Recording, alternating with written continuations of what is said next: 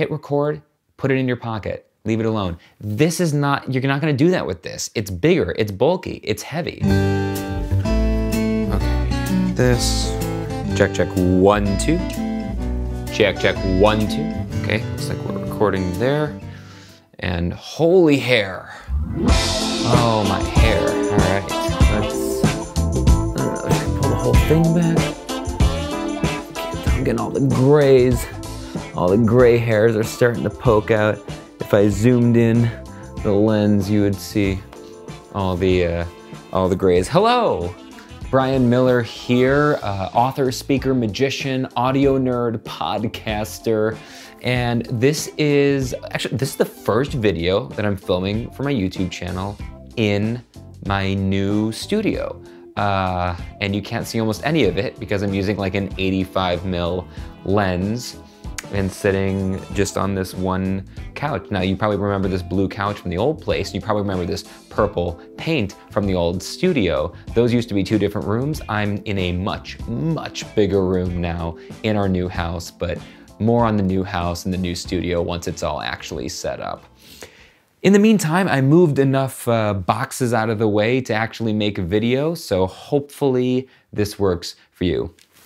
This is a comparison between the Tascam DR10L and the Tascam DR05 portable audio recorders. I recently did a review overview on this DR10L. Ever since I bought it, it has become my exclusive audio recorder. I haven't used the DR05 a single time for regular recording purposes since I got this. There are a few occasions that I still use this, and I'm going to talk a little bit about that in this video. It should be worth noting that all of the audio in this video is coming from the Tascam DR10L with the included lav mic, which is clipped to me right now. Ollie Gilbert, who has been a longtime viewer of my channel, subscriber, comments all the time, so much appreciated the support, Ollie. He said, "You have no complaints? You don't find that display to be far too small? Also, can you do a video comparing the other Tascam recorder you have to this one, please? The actual device design of the old one looks significantly more professional, so I'm hesitant to consider this." All right, so the question on the table is this display far too small?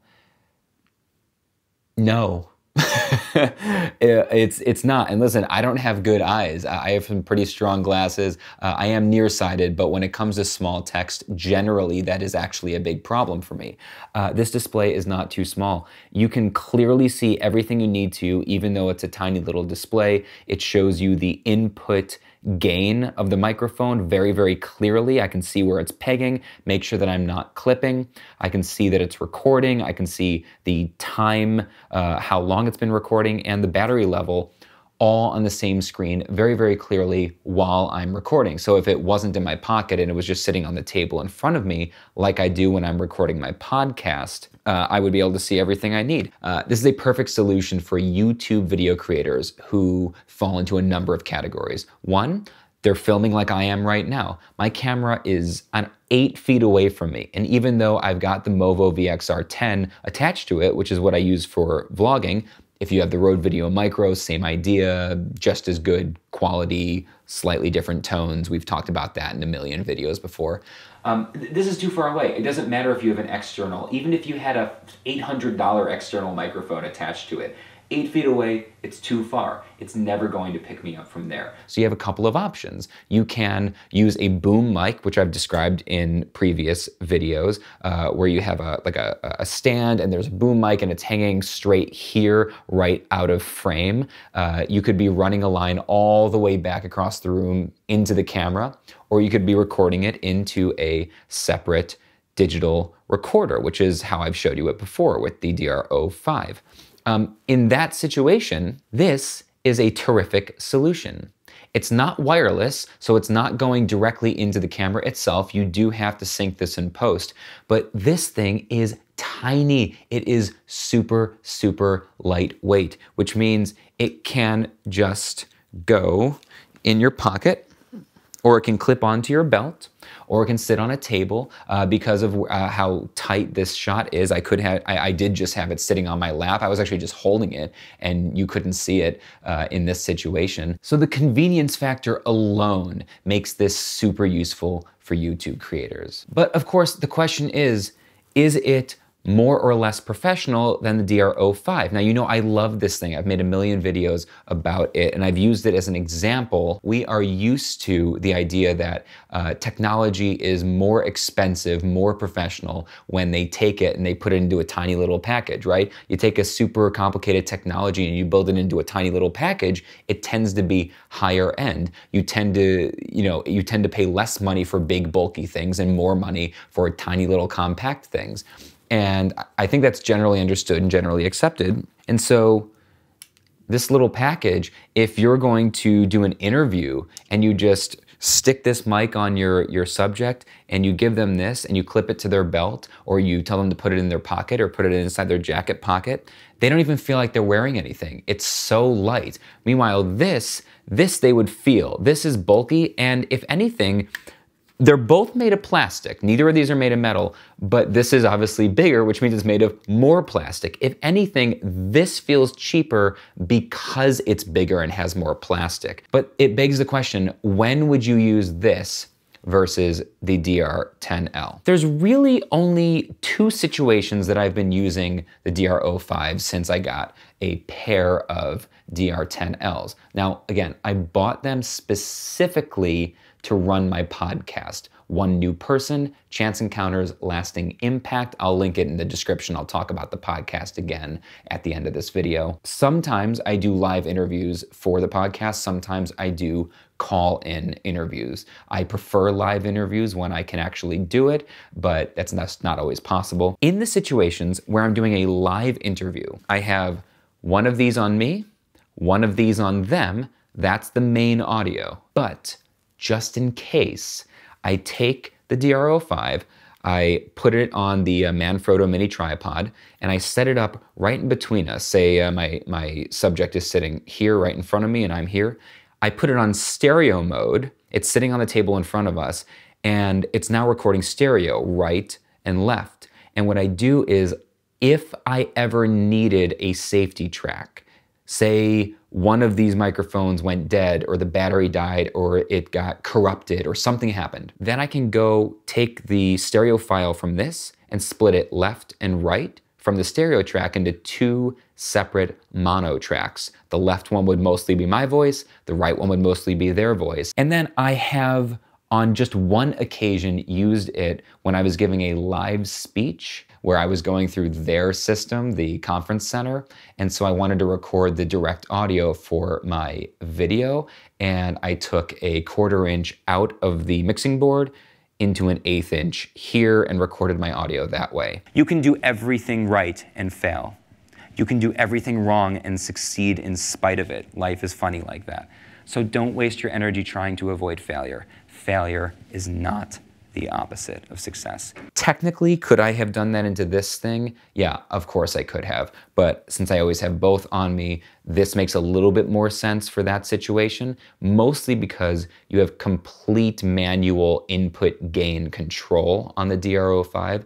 So their board was coming off really hot, so I was able to back the volume off almost all the way down to 0 on this. This only has 5 stages of input gain: low, medium, medium high, and high. So those are the two situations in which you might consider using the DR05. One of the other things that's great about this tiny little thing is, again, because it's so light and so small, if you just toss it on you and hit record, and you can just let it go for hours while you're out during the day vlogging, and anytime you hit record on your camera, you're already recording high quality audio directly for you to sync and post. Hit record, put it in your pocket, leave it alone. This is not, you're not gonna do that with this. It's bigger, it's bulky, it's heavy. I really do absolutely love the Tascam DR10L. It's been a terrific solution for so many situations. You've seen me use it recently on, or you've heard me use it on a handful of my most recent vlogs.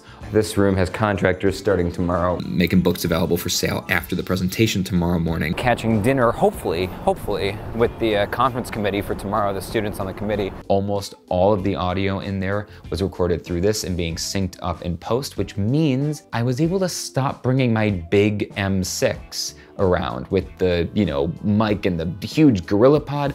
I've mostly just gone back to vlogging with the G7X Mark II. It's a lighter setup, it's less stuff to lug around. And of course, the downside of the G7X Mark II is there is no external audio and the built-in mics suck. How am I getting around that? I'm using this. You barely even notice it when I have it on. And I just sync it up in post and it's terrific. And then I've been using it for my podcast. Now, when you listen to the podcast, I always do denoising when I record the podcast, which means the audio you're hearing from this mic is not exactly what was coming out of it raw. I denoise the background because any lav mic, whether you were using it with the DR05 or using it here, any lav mic that's omnidirectional picks up a lot of background noise. So I do denoise it. I use EQ to balance out the frequencies. I compress it so that you don't have to keep turning the volume up and down while you're listening to the podcast. Everything stays in a nice, even volume. It's all the same stuff that I do for the audio on this YouTube channel. So let me know in the comments if you'd actually like me to show you the difference between the raw audio that's coming out of this thing and the way that I process it. I can actually show you like one plugin at a time, the difference it makes, kind of incremental difference when I denoise and then EQ and then compress. So I could show you that if that would be interesting to you. I could do tutorials on how to do that stuff if you'd like to get into the kind of audio 201, because I've done a lot of audio 101 here. So if any of that would be interesting to you, useful to you, let me know in the comments.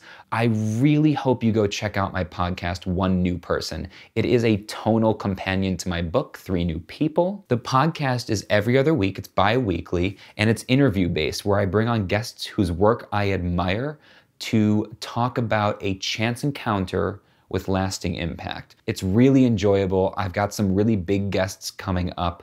One of them that was recently on the show that you can go check out right now is Adam Krutinger. He has a very, very successful puppetry channel on YouTube. He is an artist, an art teacher, a YouTuber, a podcaster, a puppeteer, a puppet builder. He is crazy. He's also one of my oldest and best friends in the world. And just last year, he had a video go mega viral. You've probably seen it on Facebook. George Takei shared it and it got like, 25 or 30 million views on Facebook, where he built his wife's wedding dress 15 days before their wedding from start to finish, and then put it on her where she had a blindfold taken off 2 hours before their wedding.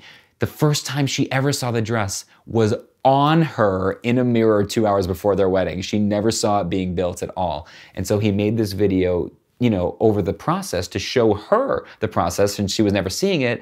And it was just such a cool video. It blew up. George Takei shared it. It was on all kinds of TV shows and media. Anyway, like I said, Adam's one of my best friends, one of the most creative people, a creative genius in the true sense of the word.